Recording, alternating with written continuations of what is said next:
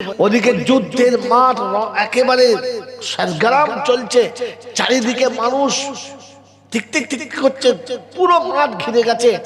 আবু জেহেল নর্তকীদের এনে অর্ধনগ্ন করে কাপড় পরিয়ে শরাবের পিয়ালা খাচ্ছে আর গায়ে ছুটছে, ওদিকে বাজনাও বাজছে, তারা নাচছে, আর আবু দুজানাকে পালিশ করছে। ঝেড়ে দিবি, যা হয় হবে, ঝেড়ে দিবি। কথা বোঝেন না, বোঝেন নাই? যে অন্যবারে তুই তো মালিশ আমরা পালন করি, আজ কিচ্ছু বলবো না, দিবি কাটারে, তারপর যা হয় হয়, সব রেডি। আমার আল্লাহওয়ালা ভাইরা, জ্ঞানী জনরা, সুধী মানুষেরা, আল্লাহর পাক নবী সাল্লাল্লাহু আলাইহি ওয়াসাল্লাম ফজরের পরে নামাজ পড়ে যখন রাস্তায় নেমেছে, আল্লাহর কাছে দোয়া চেয়ে বিসমিল্লাহি তাওয়াক্কালতু আলাল্লাহ, বিসমিল্লাহি আল্লাহু আকবার, কদম যেমনি ফাঁকে বার করেছে, কদম যেমনি ফাঁকে বার করেছে, তো সঙ্গে সঙ্গে সঙ্গে সঙ্গে আল্লাহ পাক শোনাচ্ছে, জিবরাইল বলে লাব্বাইক ইয়া রাব্বি লাব্বাইক, বলে আমার হাবিব যাচ্ছে, একটু খেয়াল রাখিস। আল্লাহ এই অপেক্ষায় ছিলাম, খালি আপনার আদেশ হবে, বাস, আর কিচ্ছু বলতে হবে না। এবারে জিবরাইলের কেরামতে দেখে নেন আমার বন্ধুরা, আমার আল্লাহওয়ালা ভাইরা।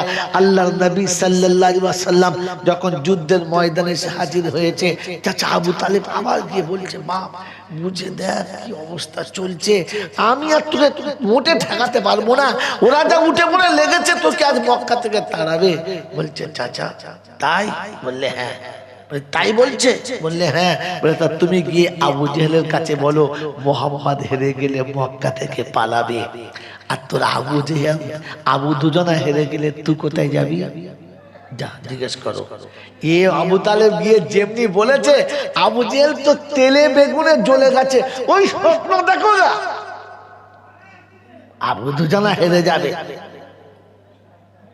কোথায় যাবি চাচা? ভাই বলছে রাস্তা দেখ, গাড়ি আগে থেকে ভাড়া কর। কথা বোঝেন না, বোঝেন? বাদশাহের দিকে আমার আল্লাহওয়ালা ভাইরা, আল্লাহ পাক রব্বুল আলামিন জিবরাইলকে শুনিয়ে দিয়েছে। তো জিবরাইল বলছে, আল্লাহ আমার একটা ডানা জমিনে আর একটা আসমানে, জমিনে সূর্য ওঠে সেখানে একটা পা, একটা ডোবে সেখানে পা, ও দুজনাকে মুরগি ছাড়া করে দিচ্ছে, খালি ব্যবস্থা করছে, নামতে দে। আল্লাহর নবী সাল্লাল্লাহু আলাইহি ওয়াসাল্লামকে আবু দুজনা জমিনে নেমে হুঙ্কার মারছে, চলে আয় আব্দুল্লাহর বারাত, দেখি তোর ব্যবস্থা করছি। নেমে যেমনি হুঙ্কার মারছে, তো আল্লাহর নবী বিসমিল্লাহি আল্লাহু আকবার বলে সামনে দাঁড়িয়েছে। যেমনি সামনে দাঁড়িয়েছে, তো রাসূল পিছনে আর সামনে গোটা জিবরাইল গার্ড করে দিয়েছে। কে হইলেন?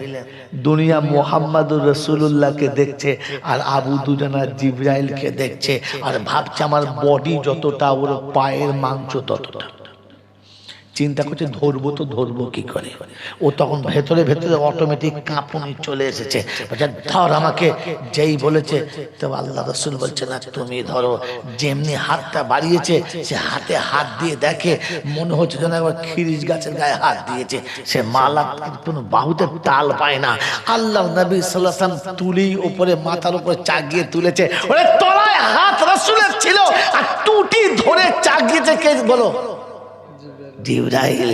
আমার বন্ধু, এই কচি বাচ্চাটা যখন ছুটে গিয়ে নানার কাছে বলবে, নানা দেখ চালের বস্তা মাথায় তুলে দে, পানি আসছে, তুই দাঁড়িয়ে আছিস, দেখ তুলে দে। ও চালের বস্তা ধরে টেনে তুলেছে, 40 কেজি কি 60 কেজি চালের বস্তা। ও চাগিয়ে যখন ধরেছে, তো নানা পিছন দিক থেকে ধরে বলছে, লে সারাদিন লে, তোর মাথায় চাপিয়েছে। বস্তা ক কেজি? 60 কেজি। ওর মাথায় দিল, বাঁচবে? এ বাঁচবে? কিন্তু মাথা ও দিয়ে রেখেছে, তলায় হাত দুটো কাজ নানার রাব্বাতুল বলে, আমার নবী শুধু হাতটা বাড়িয়েছে, আর জিবরাইল আবু দুজানাকে কুকুরের ছানার মতো তুলে এক কাঁচার দাম করে মেরেছে। গোটা মক্কার মানুষ হলই মেরে উঠেছে, সর্বনাশ হয়ে গেল, হেরে গেছে, হেরে গেছে। আবু জেহেল তো একবার ন্যান্ত হয়ে নাচছে, হেরে গেছে, হেরে গেছে। সবাইকে বলছে চুপ কর, তোর লোক হেরে গেছে, তুই দেখেছিস কি হেরেছে? বলছে না। বলছে আবু দুজানা হেরেছে, তাই হারে। আবু জেহেল ছুটে যাবে, কি রে? তখন ও থরথর করে কাঁপছে, কি হলো কি রে? চুপ কর, পানি খাও, পানি খাও। পানি খাইয়ে দিয়েছে। ও চিন্তা করছে, সারা এরকম কাঁচা তো জীবনে খাই নাই। আবু জেহেল তখন বলছে আরেকবার হবে। আবু তালেব বলছে না, কোথায় পালাবি বা ঠিক কর, তুই কোথায় পালাবি ঠিক কর। বলছে আরেকবার হবে, ও বুঝতে পারে নাই, ভুলে হয়ে গেছে, বলছে আরেকবার হবে, আরেকবার হবে। আল্লাহ নবী বলছে চাচা বলো আরেকবার হবে, আরেকবার হবে বলো। বলছে না একবার হেরে গেছে হবে না। বলছে বলো না আরেকবার হবে, ওর ব্যবস্থা করছে। কি বললেন? আবু জেহেল বলছে আবু দুজানা তৈরি হও, আরেকবার হবে। বলছে বিশ্বাস করে এবার তুই ধর, আমি পেছনে আছি, তুই ধর। বলছে কেন রে? বলছে আমি যা দেখতে পাচ্ছি তুই দেখতে পাই না, তুই দেখতে পেলে পায়খানা হয়ে তুই দাঁড়াতে পারতিস না। বলছে ওসব বললে হবে না, মানের জুতের ব্যাপার, ধর আরেকবার ধর, ধর আরেকবার। ও যেমনি ধরতে গেছে আল্লাহ নবী সাল্লাল্লাহু আলাইহি ওয়াসাল্লাম ওই রকম সেই বিড়ালের বাচ্চা যেমন মানুষ রেগে গেলে ঘাট ধরে ফেলে দেয়, ওরকম তুলে মাথার মধ্যে ঘুরিয়ে বলছে দেবো দেবো। বলছে মোহাম্মদ আমি হেরে গেছি, স্বীকার করতে ফেলিস না, ফেললে আমি মরে যাব। এক কাঁচাল খেয়ে আমার হয়ে গেছে, আর দ্বিতীয়বার কাঁচাল মারি না বাপ, আমি স্বীকার করছি আমি হেরে গেছি, সবার সামনে স্বীকার করছি হেরে গেছি। মেরে মহতম দোস্ত বুজুর্গ আল্লাহওয়ালা ভাইরা, জ্ঞানীজনরা, বুদ্ধিজীবীরা, আল্লাহ পাক রব্বুল আলামিন শোনাচ্ছে বাঁচানোর কায়দা দেখলে। আমি বলেছিলাম লা মানিয়া লিমান আতাইতা ওয়ালা মুতি লিমান মানা, আমি যাকে তুলি তাকে কেউ নামাতে পারে না, আর আমি যাকে নামাই তাকে কেউ তুলতে। দুনিয়া চেয়েছে আবু জেহেলকে তুলতে, আর আমি চেয়েছি নামাতে। লজ্জায় সেদিন গুটি পাটি নিয়ে পালিয়েছে আমার বন্ধুরা, আমার আল্লাহ ভাইরা। আবু তাআলা বলছে কই যে পালাবি বললি, একবার বলিস তো কি। ছোট লোকদের বুদ্ধি এরকম, এখনো এরকম আবু জেহেল দেশে আছে। হেরে গেলে বলে একবার বলেছি বলে করতাম নাকি? কিন্তু যদি অপোজিট পার্টি হেরে যেত তাকে পাড়া থেকে তাড়িয়ে দিত না। কিন্তু সে হেরে গেল কি বলে, একবার বলিস তো কি হয়েছে, বলি বা ওরম বলতে হয়, হ্যাঁ না বলেন। আমার বন্ধু আমার জানবেন আবু জাহেলের জাত, কার জাত? আবু জাহেলের জাত। ও ওই রক্ত এখানে এক ফোঁটা চলে এসেছে, যে কোনো ভাবে এই যে গোলমাল করে, না এত বড় কথা বললে কি করে? মেরে মহতম দোস্তর বুজুর্গ, মনের দুঃখ সামালতে পারে নাই, যখন এমনি হলো না উল্টো ভাবে মারবো। কিরকম করে? গর্ত খুলে মারবো। সারা রাত ধরে সারা ইঁদুরের মতো গর্ত খুলেছে, খুলে ভোরের বেলা ওপরে ফাটকারি চাপিয়ে দিয়ে ধুলো ছড়িয়ে দিয়েছে। মোহাম্মদ যাবে আর ডাল ভেঙে পড়বে, পড়লেই মরে যাবে, মাটি চাপা দেবো। ঠিক করেছে, বাস দিয়ে আমরা চলে গেছে। সারা রাত জেগে মাটি কেটেছে, তার এমনিতে তো ঘুম লাগবে, বসে আছে চিন্তা করছে যাবে। খানিক বাদে দেখে যাবার টাইম হয়ে গেছে। আল্লাহ পাক শুনছে জিবরাইল। বলে কি? বলে ওই খবিসটা মনে করছে আমি জানি আর কেউ জানে না, কিন্তু আমি আল্লাহ যে সব জানি ও খবিসটা জানে না। একটা কাজ করে আমার হাবিবকে পাস করে দে। বলে আল্লাহ খালি আপনার অনুমতি দরকার, আর কিছু আমি পাস করে দিচ্ছি।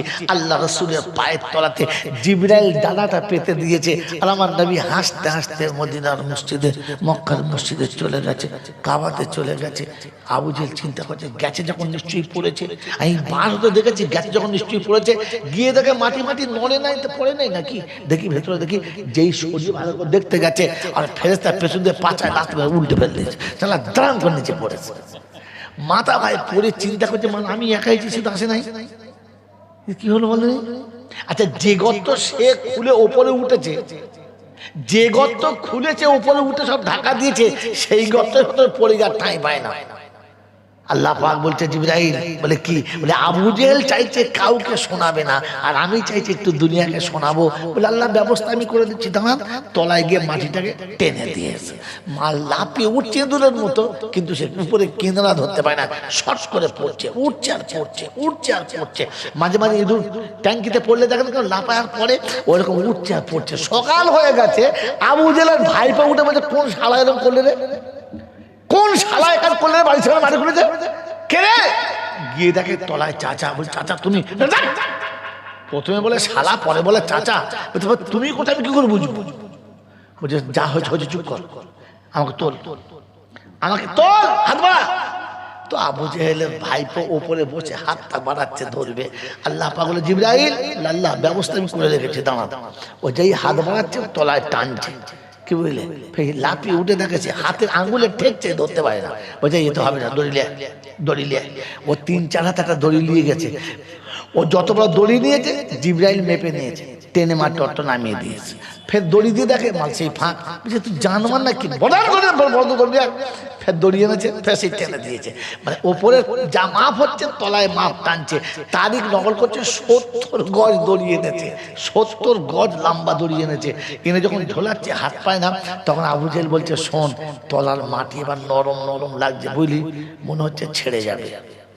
অতএব আর দড়ি দিস না, মোহাম্মদকে ডাক, বুঝলি, মোহাম্মদকে ডাক, এখান থেকে ওই বাঁচাতে পারি, আর কেউ বাঁচাতে পারে না। ছুটে গিয়ে বলছে মোহাম্মদ, বলে কি, বলে দেখবি আয়, কলে ইঁদুর পড়েছে। বলছে কলে ইঁদুর পড়েছে কি রে? বলছে দেখবি আয়, তাড়াতাড়ি আয়, মরছে। আল্লাহ নবী গিয়ে দেখে চাচা চোখ ভরা পানি, আল্লাহু আকবার। চাচা কি করে হলো? কে ফেললে তোমাকে? এ গর্ত খুললো কে? কোন হারাম কর? বলছে চুপ কর, চিল্লাই না, আমি খুলেছিলাম। বলে কার জন্য? বলে বাপ তোর জন্য। আল্লাহ নবীর চোখে পানি ছলছল করছে, বলছে চাচা আমি তোমার কি সর্বনাশ করেছি? আমাকে মারার লাগি ব্যবস্থা করছো? আমার মা নেই, বাপ নেই, দুনিয়াতে হা বলার কেউ নেই, তা আপনি আমার এই সর্বনাশ কেন করছিলেন? বলছে বাবা সে দুঃখের কথা পরে বলবো, আগে তোল। আল্লাহ নবী দেখে এটাই সুযোগ। বলে চাচা তুলতে পারি, বলো কলমা পড়ে নেবে? বলছে আবার বলতে হয় বাবা? এক চান্সে কলমা পড়বো। বলে চাচা আমরা কোনোদিন শুনি, বলছে নিচে পড়লে অবমাননা করা হবে, লোক বলবে মরণের ভয়ে পড়েছে, ওপরে উঠে বুক ফুলিয়ে বলবো তোল খালি একবার। কত বড় চিটিংবাজ, একবার তোল খালি, কথা বোঝেন নাই? আল্লাহ পাক রব্বুল আলামিনের হাবিব বলেন আল্লাহ একটু ব্যবস্থা করে দাও। তো আল্লাহ বলছে জিবরাইল স্প্রিং ছেড়ে দাও। তলা দিয়ে ছেড়ে দিয়েছে। আমার নবী বিসমিল্লাহি আল্লাহু আকবার বলে হাতটা দিয়েছে, তো চাচার হাতটা গাপ্পর ধরে ফেলেছে, আর এক চান্স আল্লাহু আকবার বলে জমিনের উপরে তুলে নিয়েছে। সুবহানাল্লাহ। যেমনি উঠে গেছে, উঠেই বলছে ছি ছি ছি ছি। জাদুবিদ্যে জীবনে অনেক দেখেছি, এইরকম জাদু জীবনে দেখি নাই। 70 গজ দড়ি দিয়ে হাত পেল না, তুই হাত দিয়ে পেয়ে গেলি। এই কলমা আবার কেউ পড়ে? হ্যাঁ রে, একদম পাক্কা জাদুকর। সর্বনাশ। আল্লাহ পাক আপনাকে আমাকে শোনাচ্ছে, হলো না লামানি আলিমান আতাইতা, এটাও শিক্ষা পেল না। আল্লাহ নবীকে প্রমাণ করার জন্য হাতে পাথর নিয়ে বলছে বলতেন মুহাম্মদ কি আছে, যদি বলতে পারিস তাহলে কলমা পড়ে নেবো। বলে পড়বে তো? বললে হ্যাঁ। বলে চাচা আমি বলবো ভেতরে কি আছে, না ভেতর থেকে বলে দেবে আমি তোমার সামনে কে দাঁড়িয়ে আছি? বলে তার তো একবার আমার শোনায় সোয়াগারে। দেশের লোকেরা বলে হ্যাঁ ঠিক আছে তাই পড়ো। আল্লাহ নবী আঙুলটা ইশারা করে বলল তাকাল্লাম, বলো কুল, বলো। ও যেমনি আঙুল ইশারা করেছে, ভেতরে আওয়াজ আসছে আশহাদু আল্লাহ ইলাহা ইল্লাল্লাহু ওয়া আশহাদু আন্না মুহাম্মাদান আবদুহু ওয়া রাসূলুহু। হাতের কলমাটা পাথরটা ফেলে দিয়েছে, আর ফেলে দিয়ে বলছে না রে না, হবে না, তুই পাথরকেও জাদু করে দিয়েছিস, তাই পাথর তোরই কলেমা বলে। বাপজির আমার সোনার চাঁদ বন্ধুরা, তাই কবি লিখেছে মরণ নবীজি যে মজেজা দেখিয়ে গেলেন এই ধরায়, তা হবে না কারো দ্বারায়। আবু জেহেলের হাতের বেজান পাথর যার ইশারায় কালমা শোনায়, তা হবে না কারো দ্বারায়। কুয়াতে পড়ি যখন কলমা পড়লো না, হাতের পাথরে কলমা পড়েছে তবুও কলমা বললো না। মুসলমানের ছেলে আমার নবীকে ক্ষমতা দিয়ে যখন রুখতে পারলো না, আল্লাহ পাক শোনাচ্ছেন না না না, এত বড় বেয়াদবকে আর বাঁচানো যায় না। তাই যেদিন আবু জেহেলকে দুনিয়া ছাড়ার সময় হলো, আমার নবী যুদ্ধের ডাক দিয়েছে, সাহাবীরা সবাই তৈরি হয়ে গেছে। ওই সময় দুটো মাসুম বাচ্চা চলে এসেছে আর শোনাচ্ছি ইয়া রাসূলুল্লাহ ইয়া হাবিবাল্লাহ, আমার আব্বা নেই, মা পাঠিয়েছে, আমরা বাপ হারা সন্তান, আমরা দুজন এতিম, দুজনের বাপ নেই, আমরা দুই ভাই এসেছি রাসূল গো, ওই যুদ্ধে আমরা শরীক হব। আল্লাহ নবী বলে না না না, এই কাঁচা বয়সে দুধের শিশুদেরকে যুদ্ধের ময়দানে যাওয়ার অনুমতি দেওয়া যাবে না। দুটো মাসুম বাচ্চা চুপচাপ দাঁড়িয়ে আছে, মনটা মরা, মনে মুখটা বড় মলিন হয়ে গেছে, চুপচাপ বসে আছে। যুদ্ধের সৈনিক যখন চলেছে, একজন বৃদ্ধ মানুষ সৈনিকদের ভিতরে ছিল। বড় ভাই ছুটে গিয়ে বলে, ইয়া রাসূলুল্লাহ, ইয়া হাবিবাল্লাহ, যুদ্ধের ময়দানে তো বীরের দরকার, ক্ষমতার দরকার, যুদ্ধের ময়দানে তার একটা ওজন থাকা দরকার। রাসূলুল্লাহ, লোকটা বুড়ো হয়ে গেছে, অচল, চলতে পারে না, এ যুদ্ধ করতে পারবে? বললে হ্যাঁ। বলে, ইয়া রাসূলুল্লাহ, ইয়া হাবিবাল্লাহ, এই বুড়োটাকে যদি আমি হারাতে পারি, পারমিশন আমি পাবো? আল্লাহ রাসূল বললেন, হ্যাঁ পাবে। যখন অনুমতি পেয়ে গেছে, বুড়োকে বললে, চলো ময়দানে চলো। যুদ্ধের ময়দানে চলে গেছে। রাসূল সাহাবীদের গ্যালারির বাইরে পাঠিয়েছে, সব দূরে দূরে চারিদিকে দাঁড়িয়ে চিন্তা করছে, এই দুধের বাচ্চাটা সাহস কি করে হলো যুদ্ধ করতে। যখন যুদ্ধের ময়দানে নেমে গেছে, মাসুম চিন্তা করছে, ক্ষমতায় পারবো না, যুক্তিতে পারবো না, তবে বুদ্ধির মারটা মারতে হবে। কারণ বুখারী একটা বাব আছে, আল হারবু খুদাতুন, যুদ্ধ হলো চালাকির আরেকটা নাম। চিন্তা করছে, এই তো সুযোগ এসেছে, বয়স্ক মানুষ যুদ্ধের প্রস্তুতি নিচ্ছে, ছুটে গিয়ে কোমরটা জড়িয়ে ধরেছে। ওই বৃদ্ধ যখন ধরতে গেছে, তখন কানের কাছে মুখটা নিয়ে বলছে, চাচা তুমি আমার আব্বার মতো, আমি বাবারা সন্তান, আব্বা বলে ডাকার আমার কেউ নেই, তোমাকে আব্বা বলে ডেকে বলছে, আব্বা গো তুমি কি চাও না জান্নাতের বাগানে বাপ বেটায় খেলা করি? বললে হ্যাঁ। বলে, চাচা আপনি তো অবশ্যই যাবেন যুদ্ধের ময়দানে, একটু হেরে যান, আমি যদি জিতে যাই আমি আপনার সঙ্গে যুদ্ধের ময়দানে যাব, আপনার অসুবিধা হবে না। এই মাসুম বাচ্চার করুণ শব্দ শুনে বৃদ্ধ চুপ করে বসে গেছে। আর যুবক বাচ্চা ছেলেটা বৃদ্ধকে জমিনে শুইয়ে দিয়ে লাফিয়ে উঠে বলে, ইয়া রাসূলুল্লাহ, ধরাশাহী করেছি, অনুমতি পেয়ে গেছি। ওই বাবাজিরা, আল্লাহ পাক রব্বুল আলামিন শোনাচ্ছে, যখন সহজে কলমা পড়লি না, কুত্তার মরণ মারব। আল্লাহ রাসূল দেখলে তাই তো হারিয়ে দিয়েছে। যখন আর বলেছি, কথা দিয়েছি, হ্যাঁ তা হ্যাঁ চলো, ওই সময় ছোট ভাইটা আস্তে আস্তে গিয়ে বলছে, ইয়া রাসূলুল্লাহ, ইয়া হাবিবাল্লাহ, এই কুমড়োটাকে নিয়েছে, জীবনে কোন আমাকে হারাতে পারে না, যতবার কুস্তি করেছি হারিয়ে দিয়েছি, আজও লাগান, আপনি যখন ওকে অনুমতি দিয়েছেন আমাকে দিতে হবে। আল্লাহ নবী মুচকি মুচকি হাসতে বলছে, আচ্ছা কল করলে তো। একটাকে যখন দিয়েছে রেখে কি বলতে, নাও লাগাও। দুই ভাইকে লাগিয়েছে। বড় ভাই বলছে, তোর ব্যবস্থা করছি, চ। আমি একটা যা রাস্তা কোনো কায়দা করতে চেয়েছিস, তোর ব্যবস্থা করছি। চলে গেছে। তখন ছোট ভাই যুদ্ধের ময়দানে গিয়ে দেখছে বড় ভাই রেগে আছে, চোখ লাল, দল্লি মারবে, দল্লি মারবে। ও তখন চিন্তা করছে, মার খেলে হবে না, আগে বুদ্ধি খাটাতে হবে। ও তখন আস্তে করে বুদ্ধি খাটিয়ে যুদ্ধের ময়দানে গিয়ে কাঁদবো কাঁদবো বলছে, বড় ভাই, একই মায়ের দুজন দুধ খেলাম, একই বারান্দায় দুজন খেলা করলাম, একই আঁচলের তলায় দুজন বড় হলাম, তুই জান্নাতের বাগানে একা খেলা করবি আর আমি মাটিতে পড়ে থাকবো, তোর এটা পছন্দ? বল না, তোর জান্নাতের বাগানে একটু আমাকে সাথে করে নিবি না? তুই খেতে খেতে তোর পাতে থেকে তুলে আমাকে খাওয়াস, তোর জান্নাতের বাগানে তুই একটু আমাকে বসতে নিবি না রে ভাই? অতএব তোর নাম তো এসেই গেছে, তুই একটু হেরে যা, আমি একটু জিতে যাই, তাহলে তুইও যাবি আর আমিও যাবো, জান্নাতের বাগান দুজন খেলবো, মা খুশি হবে, আল্লাহ খুশি হবে। বাস দুজন যুক্তি করে সেটিং করে নিয়েছে। মিচিমিচি পানাপানি করতে করতে বড়টাকে দুম করে ফেলেছে, আর ছোট তো লাফিয়ে উঠেই বলছে, না থাকবে। হ্যাঁ হাবিব হয়ে গেছে, ক্লিয়ার, এবার অনুমতি দেন। আল্লাহ নবী হাসছে, বলছে ঠিক আছে চলো। দুজনা ছুটে চলে গেছে মায়ের কাছে। কার কাছে? যদি বলেন কার কাছে? মায়ের কাছে। কে বলছে, মা আল্লাহ রাসূলের কাছে অনুমতি পেয়ে গেছে যুদ্ধে যাওয়া, শুধু তুমি দোয়াটা করো। আমাদের ছেলেরা মাকে দোয়া করতে বলে, জানা ছেলে মা পাগলি কিছু না, মাকে বলেই না। ও মাসুম মাকে বলতে গেছে, ওমা যাচ্ছি। মা দুই বাচ্চাকে বুকের কাছে টেনে নিয়ে জনমের মতো দুটো চুমুকেই শুনিয়েছে। আমার বুকের দুধে দিন শোধ দেওয়ার জন্য আজকে শুনিয়ে দিচ্ছি রে। আমার নবীকে যারা কষ্ট দেয়, আমার নবীকে যারা গালি দেয়, হয় তাদের দুনিয়া ছাড়া করে আসবি, তা না হলে শাহাদাত বরণ করবি। আমি তোদের শহীদ দেখতে চাই, দুশ্মনও বেঁচে থাকবে এটা চাই না। দুই বাচ্চা শোনাচ্ছে, আম্মা জান আমাদের যুদ্ধের তরবারি দেন, যুদ্ধের সমস্ত কিছু দেন।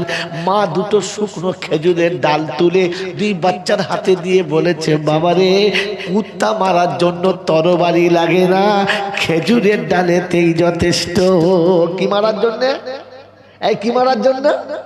আয় হায়, যুদ্ধের ময়দান শুরু, তরবারির ডগাতে আগুনের হোলকা উঠছে, ঘোড়ার টাপেতে গোটা এলাকা অন্ধকার হয়ে আছে। দুটো বাচ্চা তীর খাওয়া পাখির মতো গাছের আড়ালে চুপ করে দাঁড়িয়ে আছে। কথা বোঝেন? কথা বোঝেন নাই? একজন মুহাজির সাহাবী ওদিক থেকে যাচ্ছে, তাকিয়ে দেখে বাচ্চা দুটো ওই রকম, দেখে বলছে, আহারে কেন যে বাচ্চা দুটো নিয়ে এলো, যুদ্ধের ময়দানে কচি বাচ্চা নিয়ে আসে। এই বাচ্চা দুটো দেখতে পেয়েছে, তো আমাদের দেশের না, এ তো আমাদের দেশের না, এ তো মক্কার লোক। তাই ওই সময় ছুটে মারে বলছে, চাচা একবার দাঁড়ান, একটু দাঁড়ান, একটু দাঁড়ান। বললে কি খবর?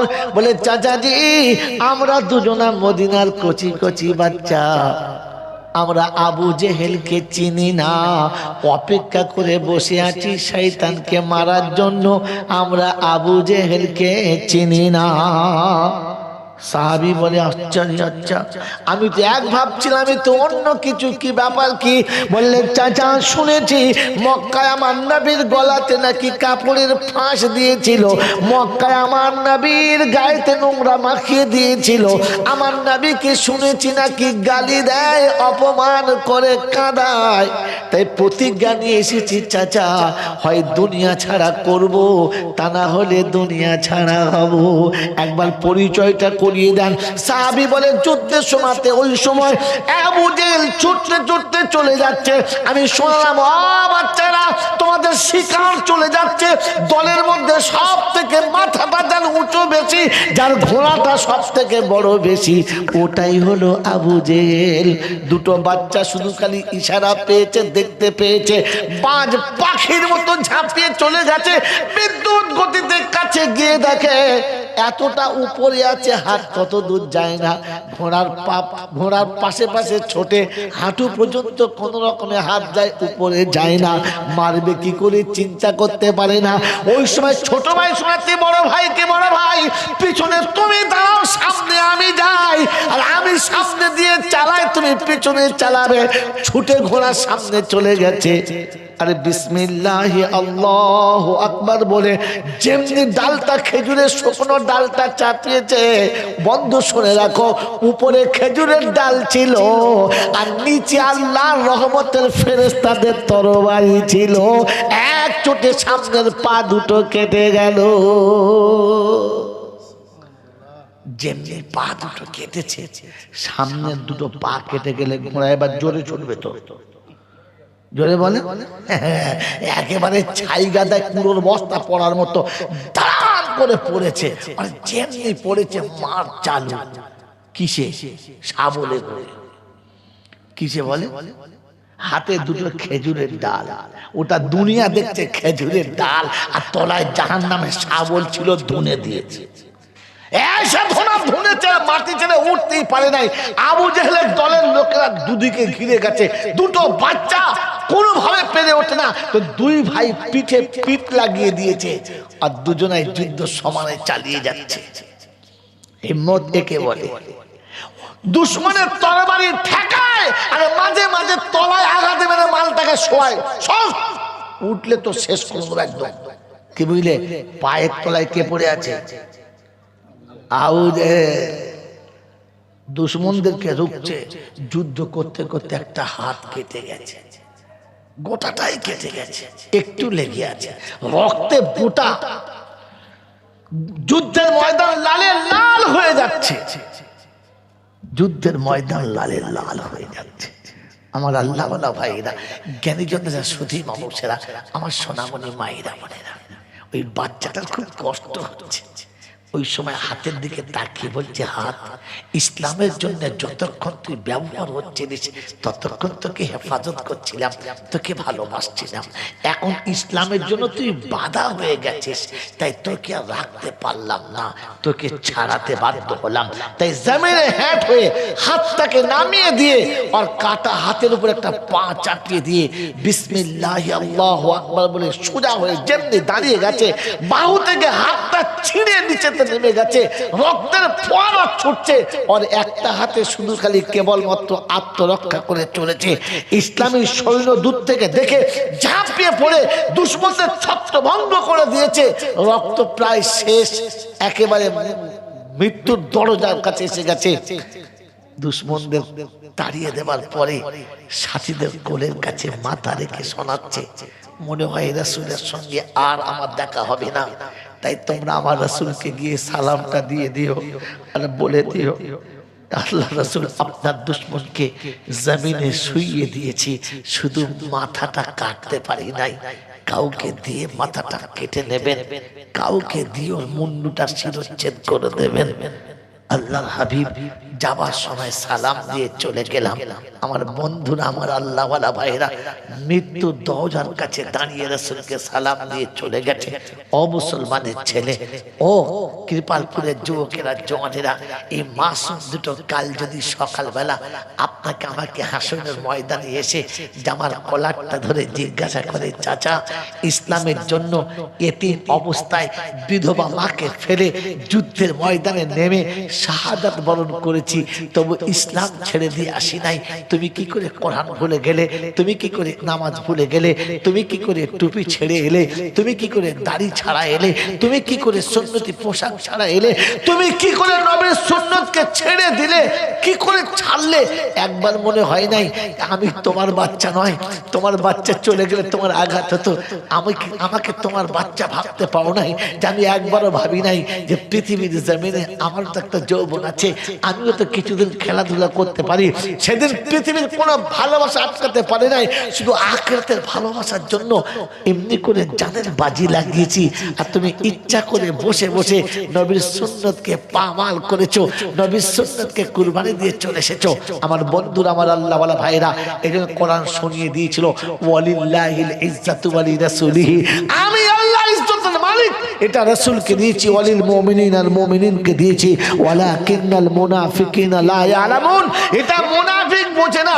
মুনাফিক জানে যে সম্মান অন্য জায়গাতে আছে, সম্মান এতে নেই, অন্য জায়গাতে আছে। আমার বন্ধুরা, আমার আল্লাহওয়ালা ভাইরা, আমার জ্ঞানীজনরা, বুদ্ধিজীবীরা, এজন্য আল্লাহ পাক আপনাকে আমাকে শুনিয়েছিলেন, ইয়া আইয়ুহাল্লাযীনা আমানুত্তাকুল্লাহ ওয়াকুনু মা'আস সাদিকিন, ও ঈমানদারীরা, ও যারা ঈমানের দাবি করো, যারা ঈমানওয়ালা বলে নিজেকে মনে করো, যারা ঈমানওয়ালা বলে নিজের জীবনটাকে কাটাচ্ছ, শুনে রাখো, তোমরা শুনে রাখো, সত্যবাদীদের সঙ্গে বন্ধুত্ব করো। আমার বন্ধুরা, আমার আল্লাহওয়ালা ভাইরা, জ্ঞানীজনরা, সুধী মানুষেরা, আমার সোনামণি মায়েরা বোনেরা, ওই সত্যবাদীদের সঙ্গে বন্ধুত্ব করার ইচ্ছা রাখবে ইনশাআল্লাহ। আমার আল্লাহওয়ালা ভাইরা, জ্ঞানীজনরা, সুধী মানুষেরা, সত্যবাদীর প্রথম নমুনা হলো আমার নবী, সত্যবাদীর প্রথম নমুনা হলো আমার নবী। আল্লাহ পাক রব্বুল আলামিন আপনাকে আমাকে অনেক আগে স্মরণ করিয়ে দিয়েছে যে সত্যবাদী হলো আল্লাহ রাসূল। তাই মক্কার বেঈমানও স্বীকার করত, মক্কার বেঈমানে বলতো as-সাদিক আল-আমিন, সত্যবাদী যদি দেখতে হয় তো মুহাম্মাদুর রাসূলুল্লাহকে দেখো, ও হচ্ছে একজন সত্যবাদী, যার সত্যের উপরে কখনো দাগ ফেলা যাবে না। আমার বন্ধু, আমার আল্লাহওয়ালা ভাইরা, কোরআন আপনাকে শুনিয়েছে, লাকাদ কানা লাকুম ফি রাসূলিল্লাহি উসওয়াতুন হাসানা লিমান কানা ইয়ারজুল্লাহা ওয়াল ইয়াউমাল আখিরা ওয়া যাকারাল্লাহা কাসীরা। তুমি যদি সত্যি সত্যবাদী হতে চাও আর সত্যবাদীর সঙ্গে থাকতে চাও, তাহলে সাথী একজনাই, তিনি হলেন মুহাম্মদুর রাসূলুল্লাহ। বলেন, তিনি যা বলেছেন আমরা সেটা নেব ইনশাআল্লাহ। যদি বলেন নবী ইনশাআল্লাহ, তো তিনি বললেন আল মুমিনু আখুল মুমিন। আমি আপনি ভেবে দেখি, মুমিন হলো সে আর এক মুমিনের ভাই। যে মুমিন আর এক মুমিনের জন্য ভাই, কি বলে ভাই। আমি আপনি একবার মনে মনে ভেবে দেখি না, আমি আর একজন মুসলমানকে ভাইয়ের মতো ভালোবাসি, ভাই ভাবি, ভাবেন ভাবেন ভাই ভাবি। আমি যদি ভাই ভাবতে না পারি তো ইমানদার ভাবি কি করে, মুমিন ভাবি কি করে? মুমিন তো সে আর এক মুমিনকে ভাই ভাবে যে, কি বলেন যে ভাই ভাবে যে, আর ভাই হলো সে একজনের কষ্ট হলে আর একজন কষ্ট পায়, সে একজন কষ্ট পেলে আর একজনের সমান কষ্ট পায়। কে? ভাই। যে যদি বলেন কে, বলেন আমার প্রতিবেশী কষ্ট পেলে আমার কষ্ট হয়, প্রতিবেশীর কষ্টে আমার ঘুম নষ্ট হয়, প্রতিবেশীর কষ্টে আমার ভেতরটা কাঁদে। বলেন কাঁদে? বল হুজুর প্রতিবেশী তো দূরের কথা, নিজের মায়ের পেটের ভাই কষ্ট পেলে কাঁদে না? নিজের মায়ের পেটের ভাইয়ের প্রতি দরদই জাগে না? আমার বন্ধুরা, আমার আল্লাহওয়ালা ভাইরা, আমার জ্ঞানীজনেরা, বুদ্ধিজীবীরা, আল্লাহ পাক আপনাকে আমাকে যে কথা শুনিয়েছেন আমি শুনিয়ে রেখেছি।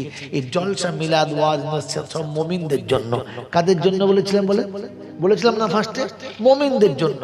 মুমিন না হলে তাদের জন্য এত কথা না। এত কথা আল্লাহ মুমিনদের জন্য বলেছেন, বাকি কারোর জন্য না। আর মুমিনকে বলতে গিয়ে যেটা যেখানে প্রয়োজন পড়েছেন সেখানে বলেছেন, কিন্তু কথা তো চলছিল মুমিনের জন্য। কথা চলছিল কাদের জন্য? রাসূল বললেন মুমিন সে মুমিনের নমুনা। কি নমুনা? যে আর এক মুমিনকে সে ভাই ভাবে। এক মুমিন আর এক মুমিনের ভাই। কি বলেন? আমি ভাই না কসাই? বলেন বলেন, আমার ভাই না কসাই? আমার বন্ধুরা, আমার আল্লাহওয়ালা ভাইরা, হতে বলেছিল ভাই, আর আমি তো সেজে বসে আছি পাক্কা কসাই। আল্লাহ আপনাকে আমাকে এই কসাই থেকে ভাইয়েতে ফিরে আসার তৌফিক দান করুক, বলুন আমিন। এই কসাই থেকে ভাইয়ে ফিরে আসার জন্য একটাই মেডিসিন কাজ করে, একটাই মেডিসিন কাজ করে, যেটা আল্লাহ পাক বলেছেন জান্নুল মুমিনিনা খায়রা।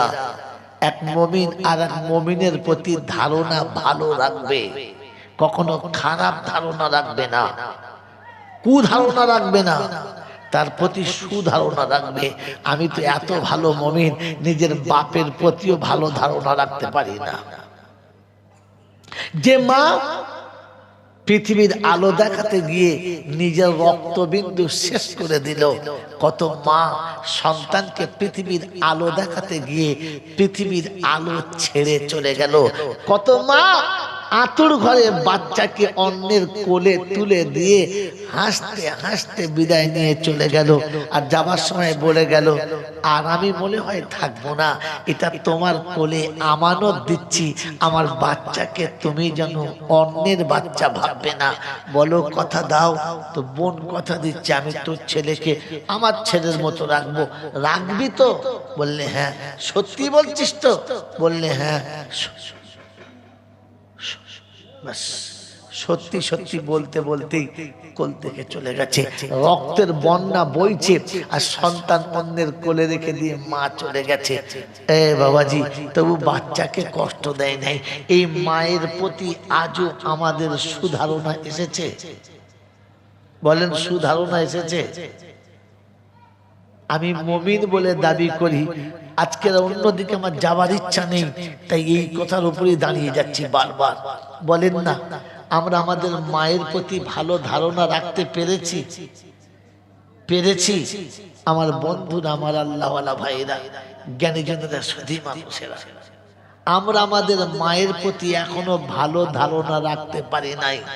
তাই আমার সঞ্চিত সম্পদ সবার কাছে রাখি, শুধু মার কাছে রাখি না। বন্ধুর কাছে রাখি, বান্ধবীর কাছে রাখি, বিবির কাছে রাখি, অন্যের কাছে রাখি, মার কাছে রাখি না। কারণ আপনার আমার ধারণা মাকে দিলে মা নষ্ট করে ফেলবে। যে মা বাসর রাতে এক অপূর্ব স্বপ্ন দেখেছিল, কখন আমাদের কোলে একটা ফুটফুটে সোনার চাঁদ হবে। দুজনে মিলে কল্পনা করছিল কি নাম রাখবো, কেমন ভাবে তাকে সাজাবো, কিভাবে তাকে বানাবো, এই কল্পনা করছিল। হঠাৎ যেদিন খবর এলো যে আমি মা হতে চলেছি, আমি মা হতে চলেছি, আর বাপের কানে শুনিয়েছে তুমি আব্বা হতে চলেছো, সেদিন থেকে নিজের জীবনের শখ ভুলে গেছে, নিজের বাঁচার কথা ভুলে গেছে, নিজের ইচ্ছা ভুলে গেছে, নিজের ভালোবাসা ভুলে গেছে, নিজের আনন্দ ভুলে গেছে, নিজের প্রিয় জিনিস ভুলে গেছে। আর তিল তিল করে যা করেছে আড়ালে রেখেছে, এটা আমার বাচ্চা হলে খেলবে, এটা আমার বাচ্চা হলে খাবে, এটা আমার বাচ্চা এখন পৃথিবীতে আসে নাই, কানা আসবে না, খোঁড়া বোবা আসবে নাকি বেকা, মাতাল আসবে নাকি ভালো, মা জানে না, আব্বা জানে না। আপনার আমার মতো মাতালের জন্য তার জীবনের আনন্দ শেষ।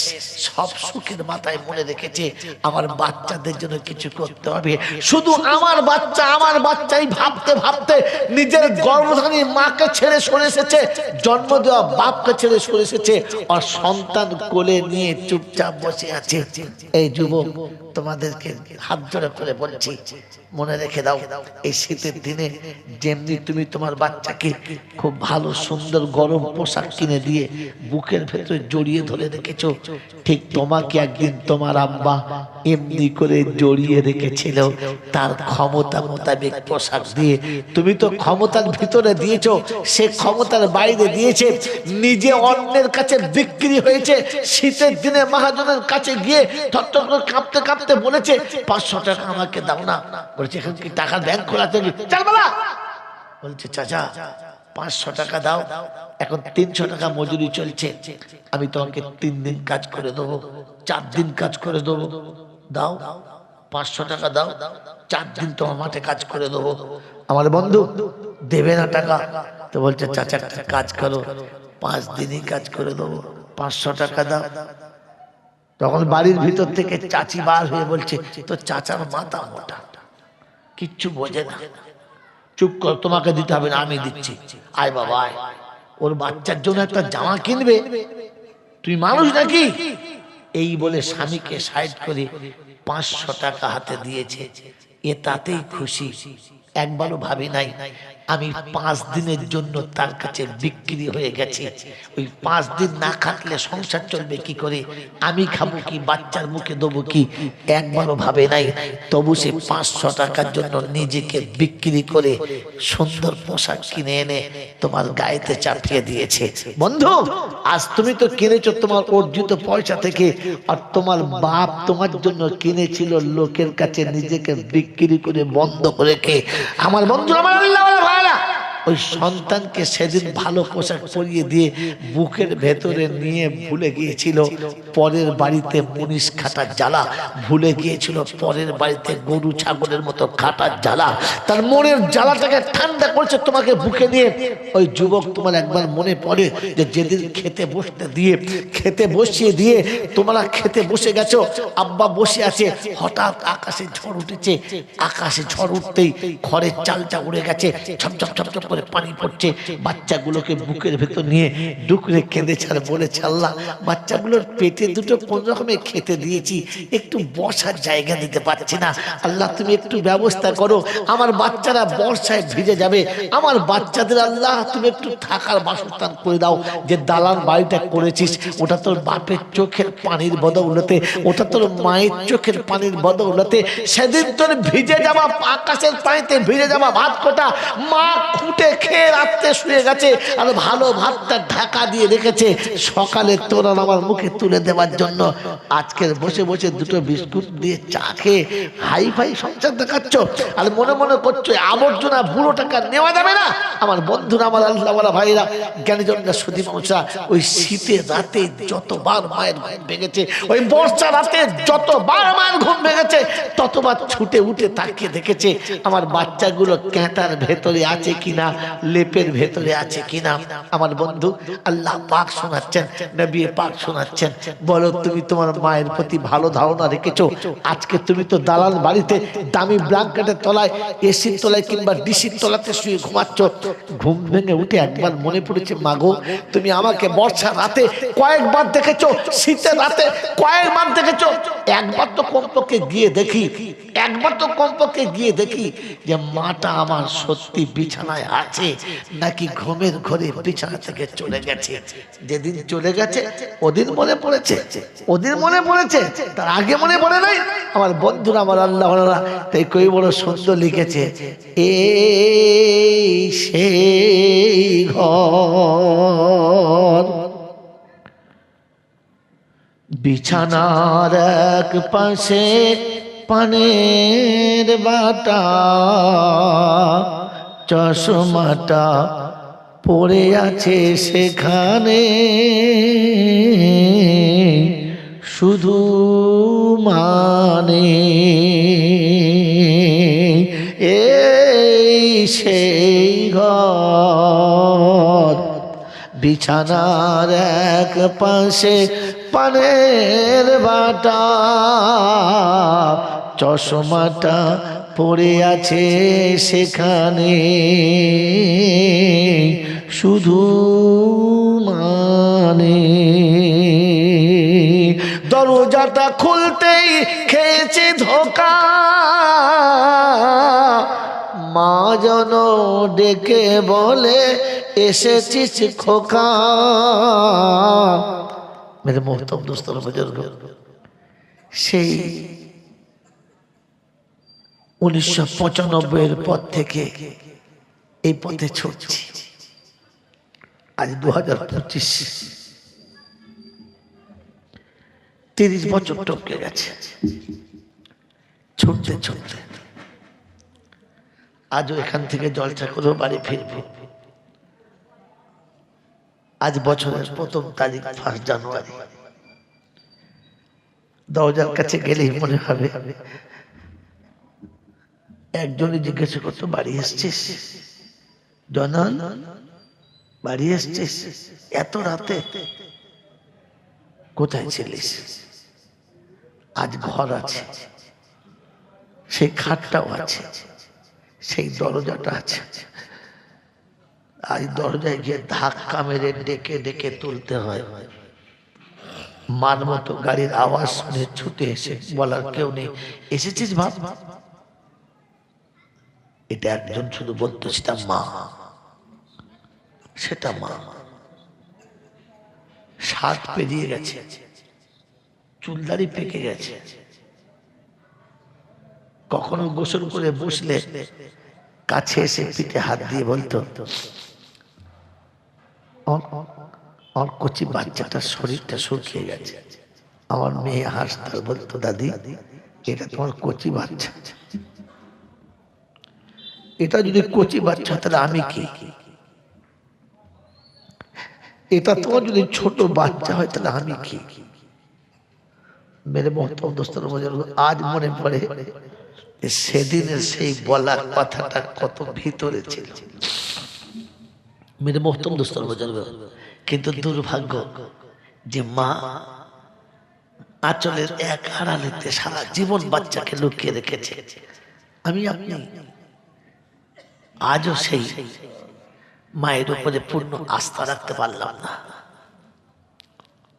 যেদিন আমি পৃথিবীতে এসেছি সেদিন থেকে মা তার সম্পদের একটা অংশ জমাতে শুরু করেছে। কামানো সম্পদ খেতে গিয়ে বাঁচিয়েছে যে সবটা খেয়ে নিলে হবে না, ছেলেদের জন্য কিছু ভবিষ্যতে জমা রাখতে হবে। কখনো ভালো খেয়েছে, কখনো খায় নাই, কখনো ভালো পড়েছে, কখনো পড়ে নাই, সবটুকু জমা রেখেছে শুধু আমাদের জন্য, শুধু আমাদের জন্য। বলেন, একটা ছেলে এখানে হাত তুলে বলেন, আমি আপনার টাকা চাইবো না, ভয় নেই যে হয়তো বলছে শেষে মনে আদায় করবে, টাকা চাইবে না। আমি জাস্ট এতটুকু জিজ্ঞাসা করতে চাচ্ছি, সারা জীবন যেদিন থেকে মা আমাকে কোলে নিয়েছে সেদিন থেকে মা আমার জন্য কিছু না কিছু রেখেছে, হ্যাঁ না বলে?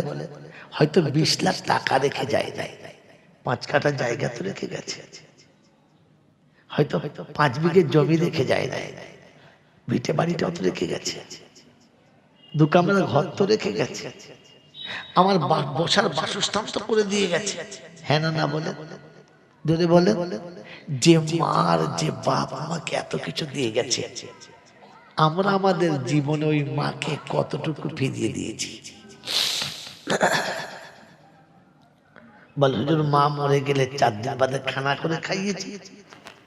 সত্য বলবেন, বুকে হাত দিয়ে বলবেন, ওটা মায়ের জন্য না তোমার নিজের জন্য? একটু বুকে হাত দিয়ে বলবেন। যতটুকু অনুষ্ঠান করেছি মায়ের জন্য না আমার জন্য? ওটা তো আমার জন্য করেছি এই মনে করে যে যদি 4 দিনের পরে একটু লোকজনকে 2-4টে না খাওয়াই তো লোকে বলবে কি ছেলে রে, এই যে ছেলে নয় না কি? তাই নিজের দুর্নামটা ঘোচানোর জন্য আপনি করেছেন। হ্যাঁ না বলেন? মায়ের জন্য কই করেছেন? লোকে বলবে বাপের এত কিছু ছিল, শালা বাপের জন্য কিচ্ছু করলে না, হারামি ছেলে রে। তাই নিজের বদনামটা লুকানোর জন্য এতটুকু করেছি না? বলেন তো। আজকে জলসা আমার হয়তো শেষ জলসা। বলেন তো, সারা জীবন মা যেটুকু খাইয়েছে নিজের দুর্নাম ঘোচানোর জন্য না সন্তানকে আদর করার জন্য? বাচ্চা খায় নাই, ঘুমিয়ে গেছে, মা পরের বাড়ি কাজ করে বাড়ি ফিরে জিজ্ঞাসা করছে আরে কচি খেয়েছে? বললে হ্যাঁ। গিয়ে দেখে বাচ্চা শুয়ে আছে। আরে আমার বাচ্চা কোথায় শুয়ে আছে? হ্যাঁ তোরা দেখিস না? বাচ্চাকে তুলে কোলে নিয়েছে, গা মুছিয়েছে, আদর করে বুকে নিয়েছে। বাচ্চা ঘুমিয়ে গেলে বলেছে আব্বা খেয়েছিস? হ্যাঁ খেয়েছি। আর 2টো খা। না খাও না। মা খাচ্ছে, ভাত মাখিয়ে বাচ্চাকে কোলে নিয়ে একবার নেবা, একবার নে। তা বিরক্ত হয়ে একবার নিয়েছে, কোন রকমে খেয়েছে। আর একবার নেবা, একবার নিতে নেই, আর একবার নেবা। বাচ্চা খাবে না, মা আদর করে টিপে টিপে খাইয়েছে। আপনাকে আদর করে খাওয়াতে হবে না। আপনি দোকানে থাকেন, অফিসে থাকেন, কাজে কারবারে থাকেন, বাইরে থাকেন, কখনো বাড়িতে এসে হাত পা ধুয়ে খেতে বসে একটু ভক্তি সহকারে জিজ্ঞাসা করেছেন হ্যাঁ রে মা খেলো? কি খেলো রে? সত্যি বললাম মা খেলো? কখনো মায়ের বিছানার কাছে গিয়ে একবার জিজ্ঞাসা করেছো মা তুমি খেয়েছো? আমি সারাদিন বাড়ি আসি নাই, তোমার কথা জিজ্ঞাসা করা হয়নি, তুমি খেয়েছো মা? বলো কোনোদিন জিজ্ঞাসা করেছো? এই সন্তান তুমি কি করে জবাব দেবে? কি করে জবাব দেবে? আমার বন্ধুরা, আমার আল্লাহওয়ালা ভাইরা, জ্ঞানী জানেরা, সুধী মানুষেরা, বিশ্বনবী জনাবে মুহাম্মদ রাসূলুল্লাহ, তিনি মানব জগতের শিরোমণি। এশার আজানের সময় মসজিদে নববীতে বসে আছেন, ডুকরে কাঁদছেন, ডুকরে কাঁদছেন, এত কাঁদছেন যে সাহাবারা স্তব্ধ হয়ে গেছে, চুপচাপ। নামাজের টাইম পেরিয়ে যাচ্ছে, আল্লাহ রাসূলের কান্না বন্ধ হয় না। এরপরে যখন কান্না বন্ধ হলো, নামাজ শুরু হলো, নামাজ শেষ হলো, সাহাবারা চারিদিকে গোল করে বসে গেল। জিজ্ঞাসা করলেন ইয়া রাসূলুল্লাহ, ইয়া হাবিবাল্লাহ, বেয়াদবি হলে ক্ষমা করে দেবেন, বলেন না কেন কাঁদছিলেন? কোন দুঃখের সংবাদ, কোন বিপদের সংকেত, কোন আযাব গজবের খবর? বললেন না না কিচ্ছু না। বললেন তবে কেন কাঁদছিলেন? আল্লাহর নবীর চোখ ফেটে গেল, আবার টুকরে কেঁদে গেলেন আর বললেন আজ আমার মা মনে পড়েছে, দোজাহানের বাদশার মা মনে পড়েছে। উম্মত তোমার মনে পড়েছে? কোন ঈদের দিন সকালবেলা উঠে গোসল করে নতুন কাপড়টা হাতে নিয়ে মনে পড়েছে মা আজ তুমি নেই, আমার সাজিয়ে দেবার কেউ নেই? কোনদিন কোন আনন্দের দিনে মনে পড়েছে মা তুমি নেই, তাই হাত ধরে নিয়ে যাবার মতো আমার আর কেউ নেই? আজ ঈদের বাজার করতে বাচ্চার জামা কিনে দিয়েছি, বেটির পোশাক কিনে দিয়েছি, বিবিকে দিয়েছি, সবাইকে দিয়েছি। কেউ একবার বলে না যে আব্বা তোমার জামাটা কই। সবাই নিজেরটা বুঝে নিয়েছে। একটা নয় দুটো নেবো, দুটো নয় তিনটে নেবো, এরকম নয় এরকম নেবো, এই ডিজাইন নয় ওই ডিজাইন নেবো। সবাই নিজের কামনার বাসনার সব শখ মিটিয়ে নিয়েছে। একবারও কেউ জিজ্ঞাসা করে নাই তোমারটা কই। সবার তো তুমি কিনে দিলে, তোমারটা কই। সেদিন মনে হয় যে আমার কিনে দেবার কেউ নাই রে, আমার কিনে দেবার কেউ নেই। আর যদি আমার মা বেঁচে থাকতো, হাতে শাড়িটা দিলেই বলতো আব্বা তোরটা কই রে, তোর জামাটা কই দেখা, তোরটা কই। তুই তো সবার কিনে দিলি, তোরটা কই।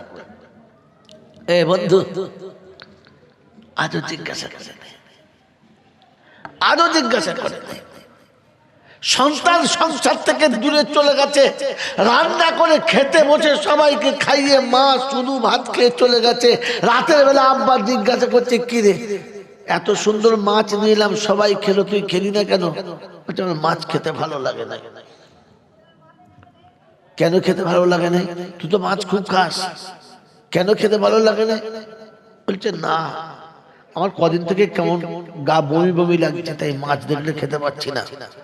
তো রাগে একটা চড় মেরে বলছে এটা কেন বলছিস না যে তোর ওই জানোয়ারটা খায় নাই বলে তুই খেতে পাচ্ছিস না?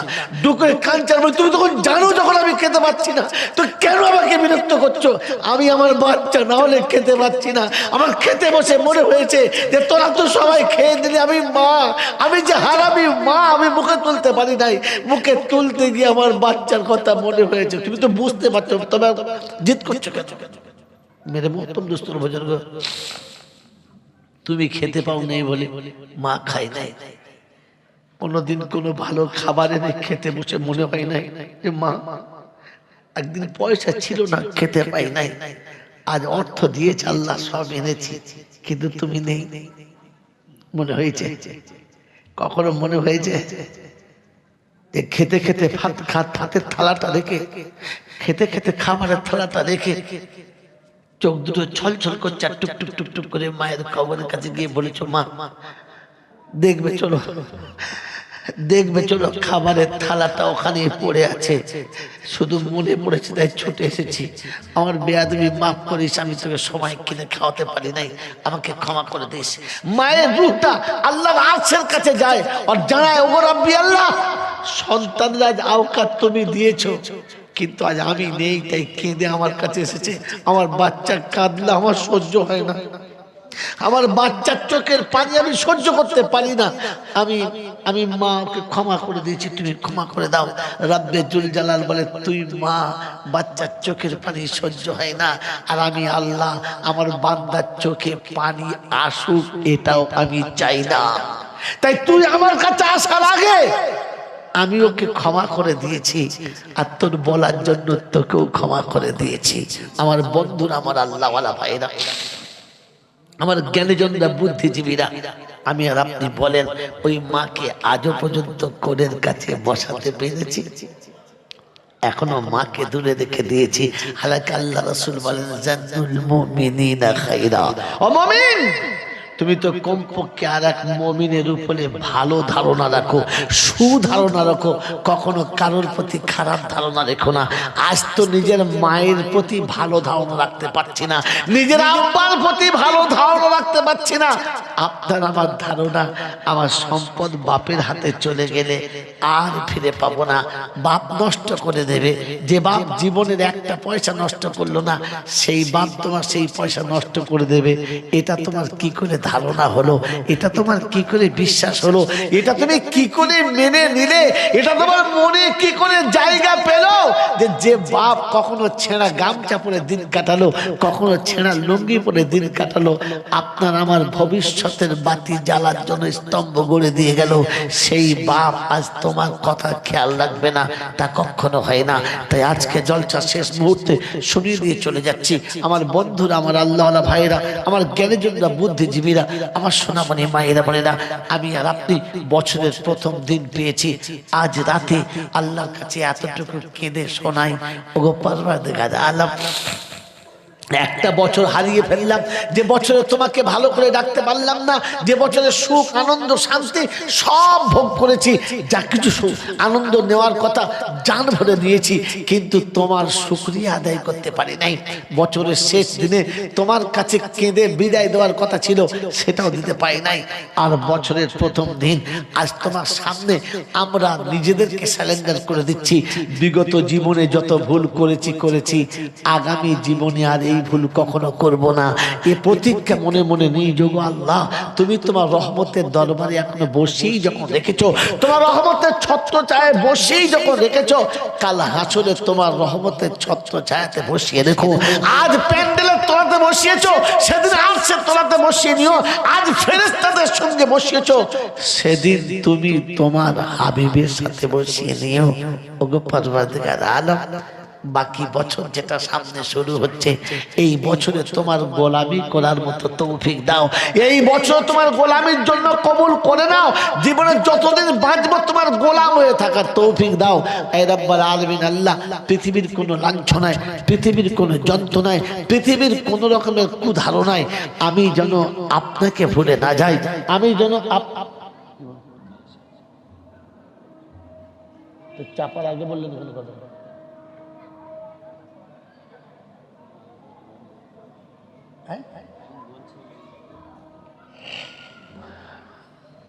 তোমাদের এইগুলো তো মোটেই ভালো জিনিস না। আমি তো 40 মিনিট আগে চালু করে যাও, তখন বলতে কি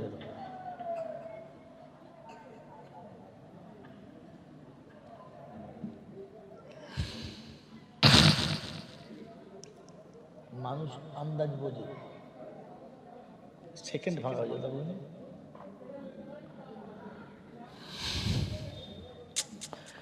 তোমরা এত বড় বোকামো করো রে মেরে মোহতরম দোস্তর, বুজুর্গ, আল্লাহ ওয়ালা ভাইরা। এই জন্য বছরের শুরুর দিন এসেছে, এটা চেয়ে নেওয়ার দিন, এটা আল্লাহর কাছ থেকে নিজেকে স্যালেন্ডার করে নেওয়ার দিন, এটা আল্লাহর কাছে আমার জীবনের ভবিষ্যৎ আলোটাকে উজ্জ্বল করে নেওয়ার দিন। আমি আপনি যেমন চাইবো আল্লাহ তেমন দেবেন, আমি যেমন চাইবো তেমন দেবেন, শুধু দেবেন না। হ্যাঁ তো হয়ে গেছে, দেন কি বলেন জি? যেমন চাইবো তেমন দেবেন, যেমন চাইবো তেমন দেবেন। আমার চাওয়ার উপরে তার ফয়সালা, আমার চাওয়ার উপরে তার, যদি বলে ফয়সালা। আমার বাবাজিরা, আমার সোনাচ্চার বন্ধুরা, আমার সোনামণি মায়েরা বোনেরা, আমার জ্ঞানীজনরা, বুদ্ধিজীবীরা, এই জন্য ঠান্ডা মাথায় শুনে রাখেন যে আল্লাহ পাক রব্বুল আলামিন আপনাকে আমাকে তার জায়গাতে, তার রহমতের ছত্র ছায়াতে নিতে চাচ্ছে। আমার বন্ধুরা, আমার আল্লাহ ওয়ালা ভাইরা, তাই শুনিয়ে দিচ্ছি, বা ইদা সালাকা ইবাদি আন্নি ফাইন্নি করিব উজিবু দাওয়াতাদ দাঈ ইযা দানি ফালইস্তাজিবু লি ওয়ালইউমিনু বি লাআল্লাহুম ইয়ারশুদুন। বিশ্ববাসী শুনে রাখো, আল্লাহ পাক শুনিয়ে দিয়েছেন, ওয়াইদা সালাকা ইবাদি, বান্দা যখন আমার কাছে চাইবে আমি কাছে যাব, আমি দেবো না বরং কাছে যাব। আন্নি ফাইন্নি করিব উজিবু দাওয়াতাদ দাঈ ইযা দাআন, আমার বান্দার কথা রাখবো, কিন্তু আমি আল্লাহ শোনাবো। তুমি যদি আমার কথা রাখো আমি তোমার কথা রাখবো। বাস, এক কথাতেই সব কথা শেষ। আল্লাহ পাক শোনাচ্ছে, বান্দা তুই যদি আমার কথা রাখিস তো আমি আল্লাহ তোর কথা, যদি বলে, রাখবো। তো বলেন আমি আপনি আল্লাহর কথা রাখবেন ইনশাআল্লাহ? রাখবেন ইনশাআল্লাহ? কি বলে রাখবেন ইনশাআল্লাহ? আচ্ছা, এখন মনে মনে হচ্ছে আল্লাহর কথা যদি না রাখতে পারি, আল্লাহ পাক শুনিয়ে দিয়েছেন রব্বানা ওয়ালা তুহাম্মিলনা মা লা তাকাতা লানা বিহি ওয়াফু আন্না ওয়াগফির লানা ওয়ারহামনা আনতা মাওলানা ফানসুরনা আলাল কওমিল কাফিরিন। আমার কোনো কথা যদি তোমার উপরে চাপ হয়, তুমি যদি ক্ষমতায় সংকুলান না করতে পারো, আমার কাছে শোনাবে আল্লাহ। ওই রকম পরীক্ষা নিও না, ওই রকম কঠিন প্রশ্নতে জড়িও না যেটা আমরা মানতে পারবো না, আমাদের ক্ষমতায় কুলাবে না। আমি আল্লাহ কথা দিচ্ছি রে বান্দা, তুই যখন আমার কাছে বলবি আমি হালকা করে দেব, আমি সহজ করে দেব। আমার বাবাজিরা, আমার শোনাচ্ছেন বন্ধুরা, তিনি রহমানুর রহিম, এটা তার নমুনা। কানুন বলার পরে ক্ষমা চাওয়াটাও শিখিয়ে দিয়েছে, তোমাকে আল্লাহর কাছে চাওয়াটাও শিখিয়ে দিয়েছে। তিনি শুনিয়ে দিয়েছেন উদউনি আস্তাজিব লাকুম, তুই চাইবি আমি কবুল করব, কিন্তু তুই যখন চাইবি আমি প্রথম কাছে যাব, তুই আমার কথা রাখবি, আমি তোর কথা রাখবো। কোরআন হচ্ছে ইন্নাল্লাহ আশতারা মিনাল মুমিনিনা আনফুসাহুম ওয়া আমওয়ালাহুম বিআন্না লাহুমুল জান্নাহ। কৃপালপুরের ঈদগাহের সমস্ত দর্শকেরা, তুমি জান্নাতের আশা করে বসে আছো, জান্নাতের বাগানে বসে আছো, জান্নাতে তুমি যেতে চাইছো, আব্বা মাকে নিতে চাইছো, সবাইকে নিয়ে জান্নাতে যেতে চাইছো। তো কোরআন শুনিয়ে দিয়েছে আমি জান্নাত যখন বিক্রি করব, মুমিনের জান আর মালের বদলে বেচবো। সবাই জান দিলে মাল দিলে পাবে না, জান মাল দেওয়ার আগে মুমিন প্রমাণ করাতে হবে। কি প্রমাণ করাতে হবে? জান দিলে জান্নাত, মাল দিলেই জান্নাত না, মুমিনের জান আর মালের পরিবর্তে জান্নাত পাবে। বললে হুজুর জান মাল মুমিনের নমুনা, বলে আল্লাযীনা ইউকাতিলুনা ফি সাবিলিল্লাহি ফায়াকতুলুনা ওয়া ইউকতালুন। সত্যের জন্য লড়তে গিয়ে কখনো জান দেবে, আর প্রয়োজন হলে কখনো জান নেবে।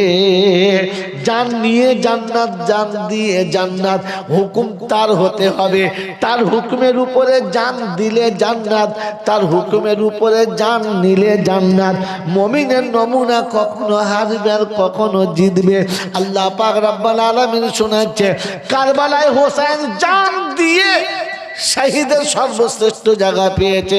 হোসেন জান দিয়েছে না নিয়েছে? জোরে বলেন। জান দিয়েছে। ও বন্ধু, হামজালা জান দিয়েছে, দিয়েছে তাই না? হ্যাঁ, এরা জান দিয়েছে। আর ওমরে ফারুকের দিকে তাকিয়ে দেখো, জান দিয়েছে। হকের জন্য বলতে গিয়ে বাধা হলে জান নিয়ে ছেড়েছে। আর শুনিয়ে দিয়েছে ওমরকে না পছন্দ করলে মরণ পছন্দ করতে হবে। আমার বন্ধুরা, আমার আল্লাহওয়ালা ভাইরা, মুমিনের জান আর মালের পরিবর্তে জান্নাত বিক্রি হয়। বলেন আমরা প্রথম মুমিন প্রমাণ করাবো ইনশাআল্লাহ। মুমিন হলো তারা, আর মুমিনের প্রতি ভালো ধারণা রাখে যারা। ওরে মুমিন হলো তারা আরেক মুসলমানকে ভাইয়ের মতো সম্মান করে যারা। ওরে মুমিন হলো তারা আমানত রক্ষা করে যারা। তাই নবী বলেছেন লা ঈমান আল্লাহ আমানাত আলা। ওরা ইমানদারি নয় যারা আমানত রক্ষা করতে পারে না। অতএব আমানত রক্ষা করা মুমিনের নমুনা। আমার বন্ধুরা, আমার আল্লাহওয়ালা ভাইরা, পিতা মাতা আমাদের কাছে বৃদ্ধ বয়সে আমানত ছিল। তাই কোরআন শুনিয়ে দিয়েছে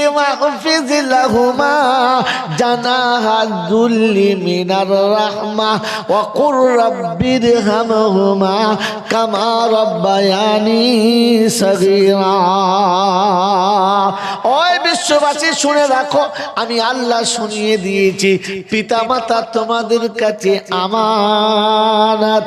একদিন তোমরা বাপ মার কাছে আমানত ছিলে, তাই সেদিন তোমাদের যত্ন খাতির দেখাশোনা সবকে করেছে। যদি বলো পিতামাতা। এখন পিতামাতার যত্ন করলে ছেলেদের হয় মাথা ব্যথা, ঝামেলাটা যত। হ্যাঁ না বলে? আমার বন্ধুরা কোরআন শোনাচ্ছে, বৃদ্ধ পিতামাতা তোমার কাছে আমানত। এই আমানত রাখলে ইমানদার, এই আমানত ছেড়ে দিলে ইমানদারের থেকে বাদ। বলেন এই আমানত রাখবো ইনশাআল্লাহ। জোরে বলে রাখবো ইনশাআল্লাহ। আর আব্বা কোনোদিন ফিরে আসবে না, আর মা কোনোদিন ফিরে আসবে না, আর দাদু দাদি কখনো ফিরে আসবে না। এখন আল্লাহ পাকের নবী শোনাচ্ছে ওদের জন্য একটা রাস্তা আছে, সাদকায়ে জারিয়া।